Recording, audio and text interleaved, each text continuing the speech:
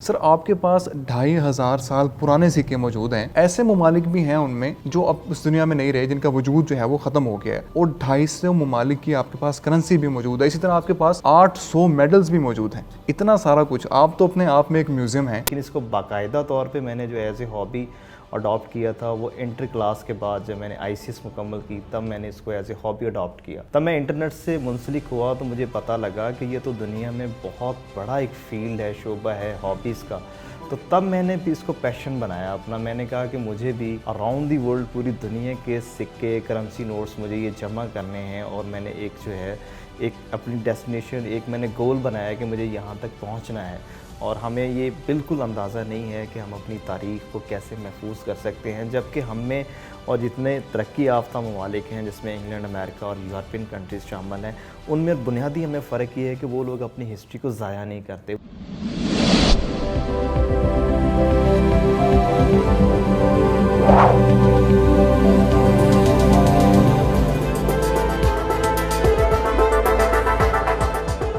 السلام علیکم خواتین و حضرات، میں شعیب امام ایک نئے انٹرویو کے ساتھ حاضر خدمت ہوں. دوستو، کوئی بھی شوق، کوئی بھی ہابی بیکار نہیں ہوتی. ہمارے ساتھ ایک ایسے مہمان موجود ہیں جنہوں نے اپنی ہابی کے ذریعے مختلف ملکوں کو جانا اور تاریخ کو سمجھا اور پڑھا. جی، میں بات کر رہا ہوں شکیل احمد صاحب کی، جو کہ پاکستان کے سب سے بڑے کوائن کلیکٹر ہیں اور 250 سے زیادہ ممالک کے کرنسیز، نوٹس اور کوائنز وغیرہ رکھتے ہیں. ان میں ایسے ممالک بھی شامل ہیں جو اب اس دنیا میں موجود نہیں. آئیے آپ کی ملاقات کرواتے ہیں شکیل احمد صاحب سے.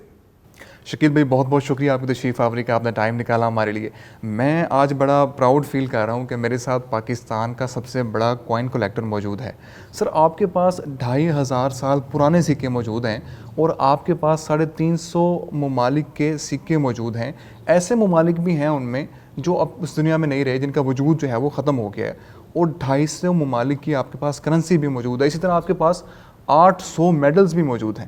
اتنا سارا کچھ، آپ تو اپنے آپ میں ایک میوزیم ہیں. لیکن اس چیز کی شروعات کیسے ہوئی؟ تھوڑا سا ہمیں بتائیں گے کہ یہ ہابی، اتنی بڑی ہابی کیسے بن گئی؟ جی، یہ سر ایک سٹارٹ جو تھا، یہ میں نے 8ویں کلاس سے مجھے ایک شوق پیدا ہوا کہ مجھے سکے جمع کرنے. کچھ کوائنز میرے پاس آلریڈی پڑے ہوئے تھے، تو میں نے وہاں سے ایک سٹارٹ لیا کہ کیوں نہ میں اس کو آگے جو ہے نا کنٹینیو کروں. تو میں کنٹینیو جب اس کو کرنا شروع کیا تو کافی بڑی تعداد میرے پاس جمع ہوگی. لیکن اس کو باقاعدہ طور پہ میں نے جو ایز اے ہابی اڈاپٹ کیا تھا وہ انٹر کلاس کے بعد جب میں نے آئی سی ایس مکمل کی، تب میں نے اس کو ایز اے ہابی اڈاپٹ کیا.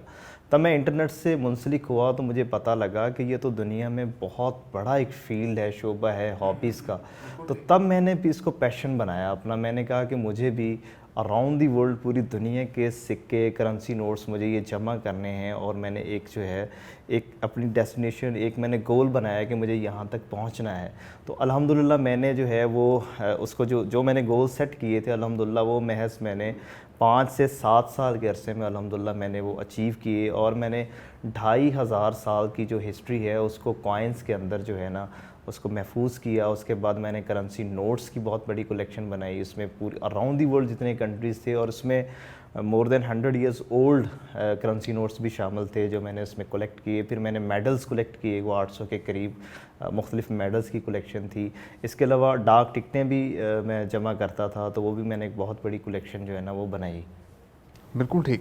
اس کی شروعات کیسے ہوئی؟ جس طرح آپ نے بتا دیا کہ یہ شروعات ہوئی، تو تھنکنگ کیا تھی اس کے پیچھے؟ صرف ایک پیشن تھا کہ اکٹھے کرنے ہیں، جمع کرنے ہیں، یا کوئی اور پرپس تھا کہ یار اس کو میں اس طرح پریزنٹ کروں گا، یا میرے پاس اپنا میوزیم ہونا چاہیے، میں اس کو پریزنٹ کروں گا؟ تھنکنگ یہ تھی کہ اس سے پہلے تو صرف یہ تھا کہ جب تک یہ نہیں پتہ تھا کہ دنیا میں یہ بہت بڑی فیلڈ ہے ہابیز کی اور کلیکشن کی، اس سے پہلے صرف یہ تھا کہ میں نے سکوں کا ڈھیر لگانا ہے یا تعداد میں اتنے جمع کرنے ہیں. لیکن جب مجھے اس کے اصل کانسیپٹ کا پتہ چلا کہ یہ جو کلیکشن ہے یہ صرف ڈھیر لگانے کا نام نہیں ہے، ایکچولی ہابیز اور کلیکشن سے اس کا تعلق آپ کے ہسٹری کے ساتھ، جنرل نالج کے ساتھ، آپ کے پیشن کے ساتھ، اور پھر جو آپ کی تاریخی معلومات ہیں، جیوگرافیکل معلومات ہیں، ان سب کے ساتھ اس کا بڑا گہرا تعلق ہے. پھر میں نے اس کو جو ہے نا علم کے ساتھ اس کو ریلیٹ کیا، نالج کے ساتھ ریلیٹ کیا.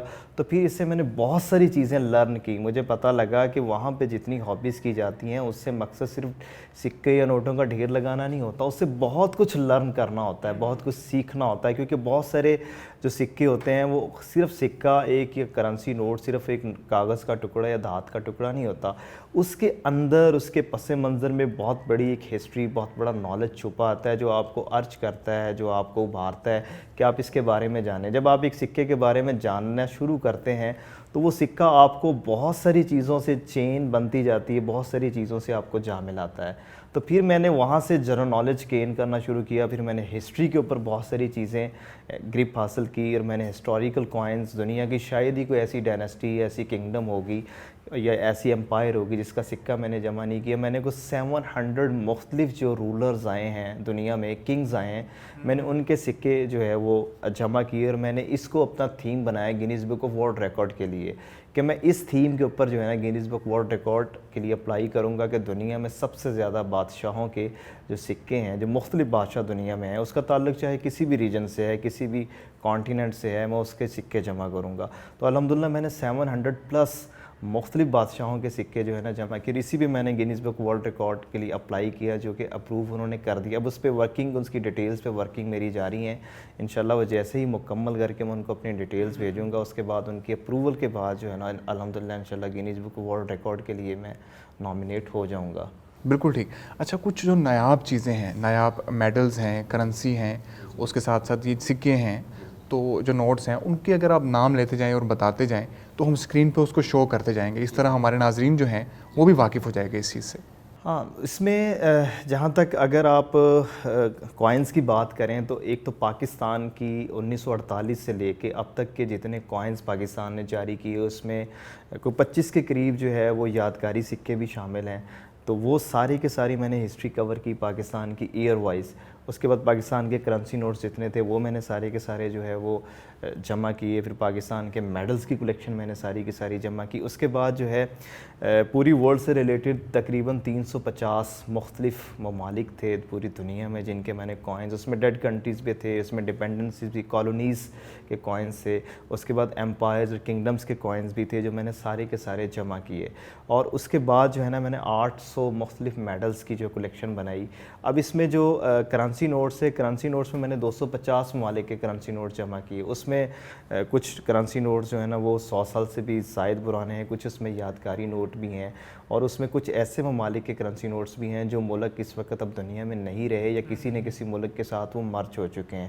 تو ان سب کے اندر ایک بہت بڑی ہسٹری, بہت بڑا نالج چھپا ہوا ہے جس کی بنیاد پہ آپ بہت ساری چیزوں تک پہنچ سکتے ہیں. علم کے فیکٹرز اس میں بہت سارے ہیں, ایلیمنٹس بہت سارے ہیں جو آپ کو مختلف نالج اور جنرل نالج کی طرف لے جاتے ہیں. بالکل ٹھیک. آپ کیا سمجھتے ہیں کہ اس پورے پروسیس میں وہ کون سی لرننگ ہوئی آپ کی جو دوسرے بھی اس سے فائدہ اٹھا سکتے ہیں؟ ہاں, یہ کیونکہ ہمارے ہاں نا یہ بہت افسوس کے ساتھ بڑے بدقسمتی ہے کہ لوگوں کو ابھی تک ہابیز کا کانسیپٹ نہیں ہے. دوسرے لفظوں میں ہم کہہ سکتے ہیں کہ ہمیں اپنی ہسٹری اور تاریخ سے بھی پیار نہیں ہے, اور ہمیں یہ بالکل اندازہ نہیں ہے کہ ہم اپنی تاریخ کو کیسے محفوظ کر سکتے ہیں. جبکہ ہم میں اور جتنے ترقی یافتہ ممالک ہیں جس میں انگلینڈ, امریکہ اور یورپین کنٹریز شامل ہیں, ان میں بنیادی ہمیں فرق یہ ہے کہ وہ لوگ اپنی ہسٹری کو ضائع نہیں کرتے, وہ اپنی ہسٹری کو پرزرو کرتے ہیں. وہ میوزیمز کی شکل میں کر لیں, وہ کلیکشن ہابیز کی شکل میں کر لیں. وہ جو چیزیں ہیں ہمارے اندر بدقسمتی سے ہماری جو جنریشن ہے اس کے اندر ان چیزوں کا بالکل شعور نہیں ہے. تو وہ جتنی چیزیں ہیں وہ علم کے ساتھ اس کا ایک بڑا گہرا تعلق ہے کہ جب آپ ایک سکہ آپ کے پاس آتا ہے, فرض کریں کہ یادگاری سکہ ہے وہ آپ کے پاس آیا, اب یادگاری سکہ کسی نہ کسی پلیس یا کسی نہ کسی شخصیت کے اوپر جاری ہوا ہوتا ہے. اب جب وہ سکہ آپ کے پاس آتا ہے تو وہ سکہ آپ کو ابھارتا ہے کہ میں شخصیت کے بارے میں جانوں یہ کون اتنی امپورٹنٹ شخصیت تھی. جس طرح فرض کریں کہ ہمارے اب 8-10 مختلف شخصیات پہ پاکستان نے کوائنز جاری کیے ہیں, جن میں عبدالستار ایدھی پہلا بندہ تھا, قائد اعظم علامہ اقبال کے بعد جس کی تصویر جو تھی وہ سکے کے اوپر آئی. اب جب یہ سکہ پوری دنیا میں وائرل ہوگا تو لوگ عبدالستار ایدھی کا سکہ لے کے اس کو سرچ کریں گے کہ یہ بندہ کون تھا جس کے اوپر پاکستان نے 50 روپے کا یادگاری سکہ, یہ بہت بڑی بات ہوتی ہے. ایک سکے یا ایک کرنسی نوٹ کے اوپر یا ایک ٹکٹ کے اوپر کسی شخصیت کا تصویر یا پورٹریٹ آنا بہت بڑی بات ہوتی ہے. تو وہ چیز اسے جب عبدالستار ایدھی کی پروفائل تک پہنچیں گے تو عبدالستار ایدھی کی تمام جتنی شخصیات کے پہلو ہیں وہ ان کے بارے میں شناسائی ان کو حاصل ہوگی. اسی طرح بہت ساری چیزیں جو تھی وہ جتنی بھی شخصیات پہ یادگاری سکے ہیں یا پورٹریٹس ہیں یا بینک نوٹس پہ جتنی تصویریں بنی ہوتی ہیں, جب آپ ان کے بارے میں سرچ کرتے ہیں تو آپ علم کے ایک بہت بڑے سمندر میں اترتے ہیں, تاریخی لحاظ سے, جغرافک لحاظ سے. تو وہ آپ کو بہت انسپائر کرتی ہیں اور آپ بہت سارا علم ان کے ذریعے حاصل کر لیتے ہیں. بالکل ٹھیک. سر 20 سے زیادہ یونیورسٹیز میں آپ اس وقت ایگزیبیشنز کر چکے ہیں اور مجاہد یونیورسٹی سے آپ کو لائف ٹائم اچیومنٹ ایوارڈ بھی ملا ہے.